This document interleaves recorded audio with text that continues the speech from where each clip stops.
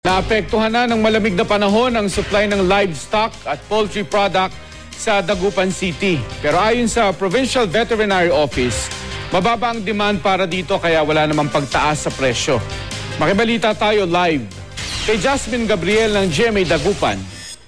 Mark, dahil na nga rin sa malamig na panahon ng malamig na klima, pinangangambahan ng Provincial Veterinary Office ang posibleng pagkakaroon ng sakit ng mga livestock at ng poultry products dito nga sa Pangasinan. Kaya naman bantay sarado ang lahat ng entry at exit points ng probinsya. Ito may imbangin kami, kasi yan... Apektado na rin ang malamig na panahon ng livestock at poultry production sa Pangasinan ayon sa Provincial Veterinary Office.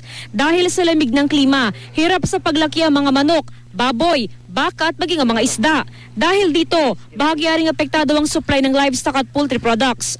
Although sa araw naman di naman gaanong full day na malamig, pero nakaka-recover naman sila. Sa baboy. Pero sa kabila ng bahagyang pagbaba ng supply, walang pagtaas sa presyo ng livestock products. Mas bumaba pa nga ng 5 piso hanggang 10 piso kada kilo. Paliwanag ng Provincial Veterinary Office, mababa raw kasi ang demand, kaya hindi apektado ang presyo ng livestock products. Let's say sa layer, mababa ang egg production. Kasi hindi adaptable naman sa malamig na panahon yung mga hayop natin.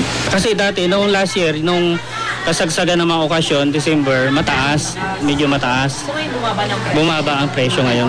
Apektado ang mga nagtitinda nito. Bumaba ang presyo ng manok ngayon.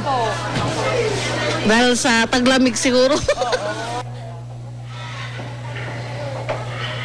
Mark, dito nga sa Pangasinan, tanging presyo lamang ng bangus ang tumaas. Ngayon nasa 100 to 120 pesos ang kada kilo ng bangus. Samantalang presyo naman ng manok ay nasa 120 hanggang 135 pesos ang kada kilo.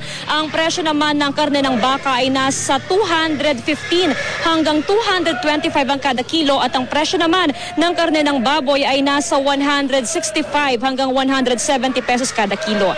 Yan muna ang latest mula dito sa Pangasinan. Jasmine Gabriela, Nagbabalita, Pilipinas.